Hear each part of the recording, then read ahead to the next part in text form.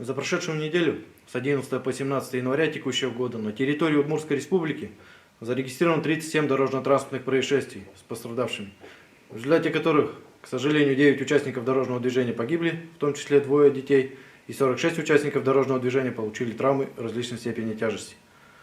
Основными видами дорожно-транспортных происшествий явились столкновения транспортных средств и наезды на пешеходов. 15 января около 18 часов 15 минут на 50-м километре автомобильной дороги город Ижевск, город Сарапул, Сарапульского района Удмуртской республики, водитель автомобиля «Лада Калина», 30-летняя женщина, двигаясь со стороны города Ижевска в сторону города Сарапула, не справившись с управлением, выехал на полосу, предназначенную для встречного движения, где совершила столкновение с грузовым автомобилем марки ГАЗ под управлением 43-летнего мужчины.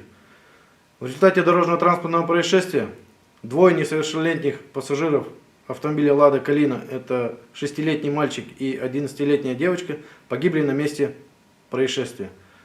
Водитель автомобиля «Лада Калина» была госпитализирована в Сарапульскую городскую больницу, где впоследствии скончалась от полученных травм.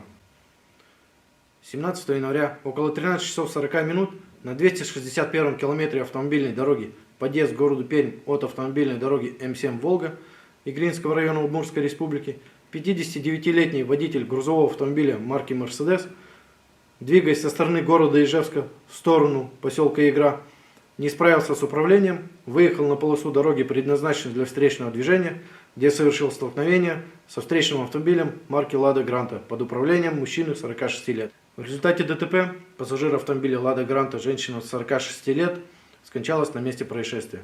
Водитель автомобиля «Лада Гранта» был госпитализирован в медицинское учреждение, где впоследствии также скончался. Водитель грузового автомобиля получил незначительные травмы. Уважаемые участники дорожного движения, серьезную опасность для жизни и здоровья населения в современных условиях представляют дорожно-транспортные происшествия, которые нередко приводят к гибели участников дорожного движения, причинению вреда их здоровью и имуществу. Одной из причин ДТП с тяжкими последствиями является выезд на полосу дороги, предназначенную для встречного движения.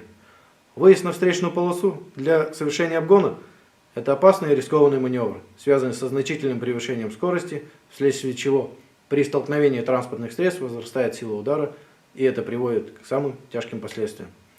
Госавтоинспекция МВД по Удмуртской республике призывает водителей не торопиться совершать необдуманные маневры, быть внимательными при выезде на полосу, предназначенную для встречного движения. Помнить, что необдуманные действия могут стоить жизни вам и окружающим вас людям. Самым главным принципом безопасности дорожного движения является выполнение требований дорожных знаков и правил дорожного движения.